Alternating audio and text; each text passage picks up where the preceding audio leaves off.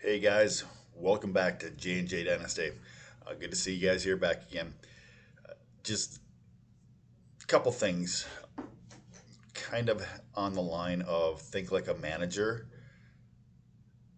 The blind bidding. I want to talk about blind bidding and a couple news and notes things, I guess, here today, real quick. So the blind bidding is going in crazy. If your name is Isaiah, apparently, right? Isaiah Pacheco, Isaiah Likely. Um, I think that's what they're both their name is the exact same. At any rate, guys, it's preseason. This is camp speak. Yeah, they love these guys, and these guys may be players. And yes, Pacheco is getting some run with the first team, but everybody is in KC. Not to mention the Kansas City backfield is basically like having a share of the New England backfield. Don't want it. It's been what, 5 years since Kareem Hunt was a thing in that backfield, in that offense. Pacheco isn't Kareem Hunt. Kareem Hunt isn't Kareem Hunt anymore.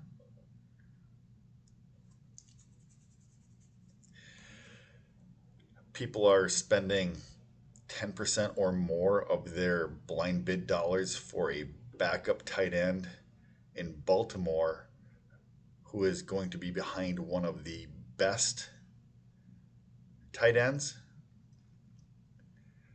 on a run first team with a run first quarterback,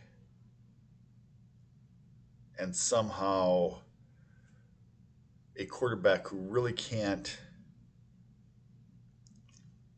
Last year an offense who really didn't have enough targets and opportunity to support two fantasy relevant receivers, now is going to somehow support Bateman and one of the best 2 to 3 tight ends in the league, but it's also going to support his backup. I mean, come on, guys, think about this. I'm not saying now Isaiah Likely is not a good prospect and is not going to be a good player, but in the offense right now, with the quarterback in the current situation, in the current offense, with them going back to more of a run first philosophy, use use your noggin. I mean, he's a great stash if you have the room, if you're in rebuild mode, but why are you taking that guy in when you're going to wind up cutting him? I made fun of a buddy of mine. I sent him a trade offer. Devonta Jordan or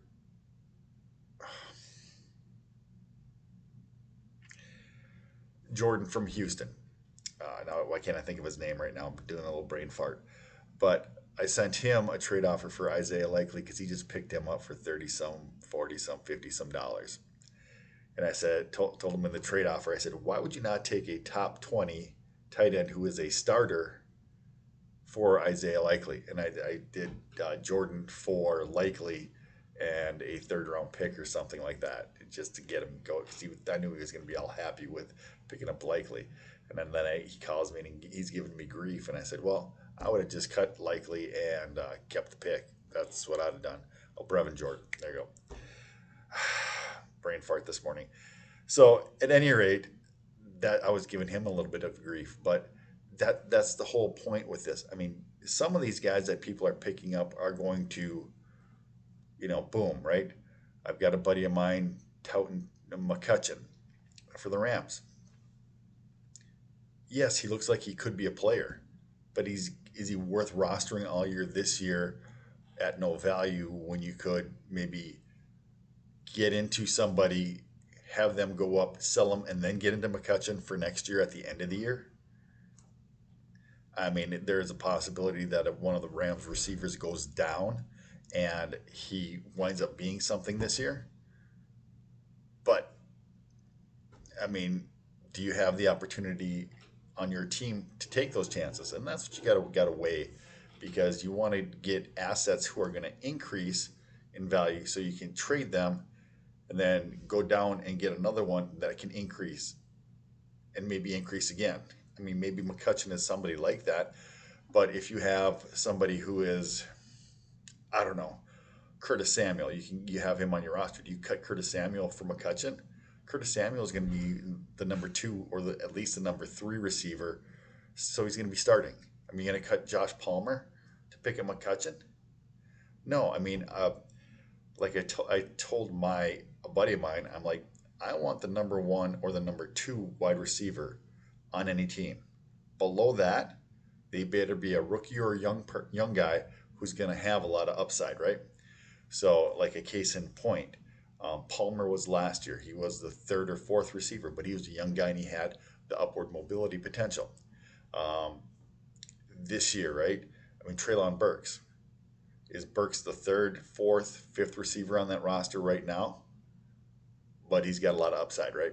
So those are the type of guys you want to keep on your roster at the bottom end, not guys who need 16 things to break right in order for you to be right. I mean, I always love being right on a take a chance on me guy, and I love pounding my chest about it, yes, but you got to take a lot of shots on those guys in order to find those guys. And you have to have the right situation break for you. So if you're moving guys, you have more opportunity to land on those guys in the right opportunity. If you're sitting on a guy waiting for him to hatch for 3 years, like Eno Benjamin, 3 years, 3 drafts ago, I drafted him in the fifth round, and I thought I got a steal. And I'm like, all right, this guy has a future, and I think he can be something. Well, it's not the next draft, it's the draft after that, and now he has some fantasy relevance. But I cut him last year. I held him through the 1 year where he didn't get any playing time. The next year, well, he wasn't a running back one or two there.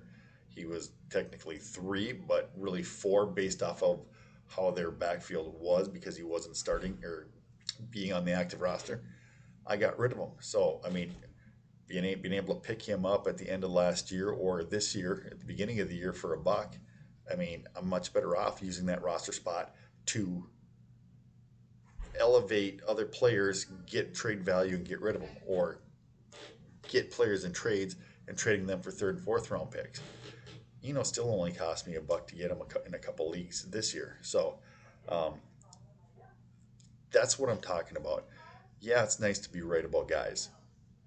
Love doing it. I mean, I picked up Darnell Mooney and Gabriel Davis 3 years ago when I was blowing up a team. Picked up Dalton Schultz for nothing, literally nothing. During the season, week 2, Gabriel Davis and Darnell Mooney, their rookie years. I said, hey, they're targeting these guys. Boom. I wound up trading Gabriel Davis. I got picked 2-2 last year for him. Not in this year's draft, last year's draft. I did throw in a late third round pick, but the guy came at me. He said he'd offered me 2-8. I said, how about throwing in a third round pick? And I moved 2-8 up to 3 or 2-2. So kind of wish I had that pick back, but hey, that's the way it goes. I mean, I want to get Marshall. Maybe Marshall will be something yet. He's got the upside value, so I still have him on my roster because I knew that he was at least a 1 year stash for sure. So you got to take your chances. You're not going to be right on every one of them, but give yourself more opportunities to do this.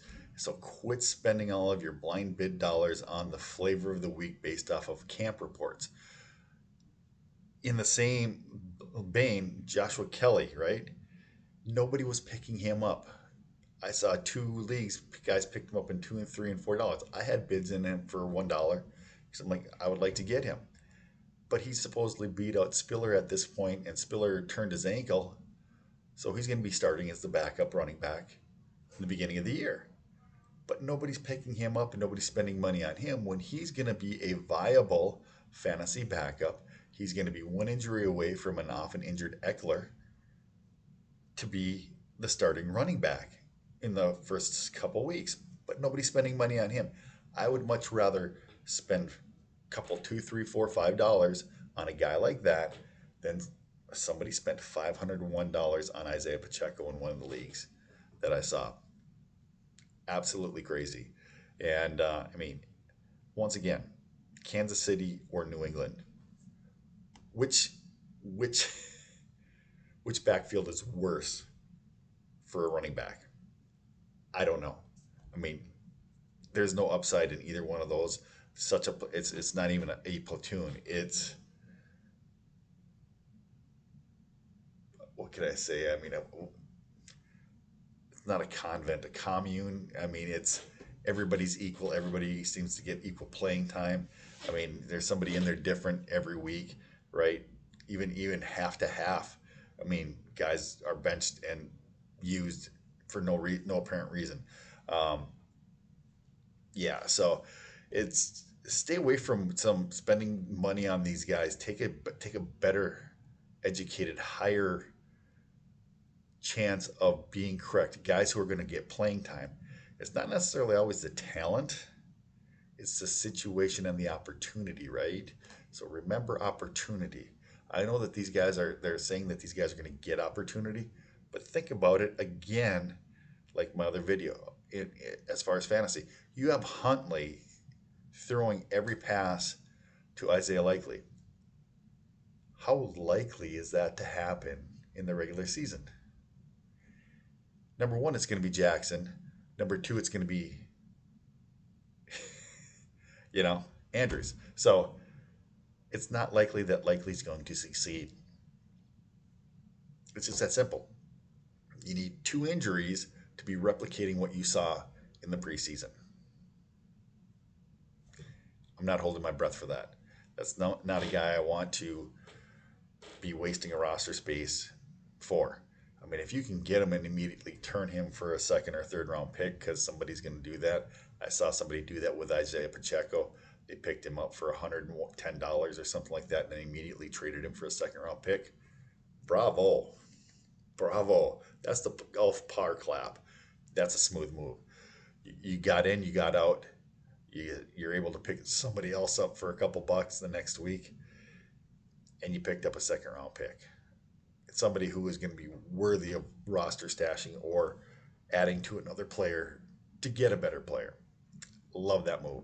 So um, make sure that when you're using this time in the preseason and making your drafts or your blind bid projections and picking guys in blind bid, don't be spending 30, 40, 60, 80, 100, $500 on guys who you're going to cut in 2 or 3 weeks. Make sure if you're spending a legitimate amount of money on them, they're going to be guys that are going to produce.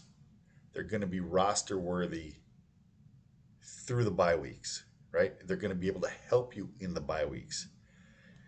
Take a chance on me, guys. I mean, load those guys up at the end of the season instead of, doing anything else. When your guy goes down at the end of the season, they shut somebody down. Go and pick up 2, 3, 4 guys, put them on your IR, fill your IR with guys like that for the next year. So you can trade them in the off season so you can pick up extra third, fourth round picks.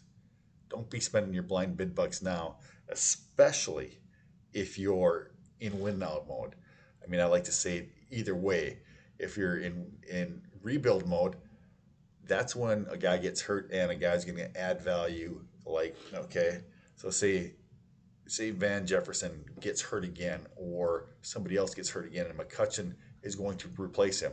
Well, then you spend $50 on McCutcheon because you know he's going to get some run. He's going to have a 4-week run at the end of the season. That's when you want to have those blind bid bucks so you can do that. So you can grab a young guy who's going to ascend the next year and is going to get some playing time. That's the time to take a chance on those guys. So that's just my little spiel. I wanted to do a real quick little note about what's been going on, and I've kind of rambled on a little bit longer than I thought. So I think we'll just end it there. So good little, I don't know, I can't really say a Q&A session, but good little ramble on my part, and I hope it helps you guys out a little bit. If you like what I've said, if you understand um, the thought process behind what I'm saying, give me a like, subscribe, hit the bell so you can check out some new content when it's coming. Also, don't forget to check out some of the videos I've done in the past, the draft series about the rookies. So remember this not only this year, but next year for the rookie drafts, because that's what people's values were at that time. They're going to obviously change, but early this year and even into next year, remember, go back 1 year or 2 years and kind of pick up those guys who had a lot of value but kind of face planted their first year or their second year. Get them at a discount in the off season or at the end of the season or beginning of next season, right? So make sure you come back and visit those videos, because that gives you an idea of who, how, and why values went up and down last year or through this off season, and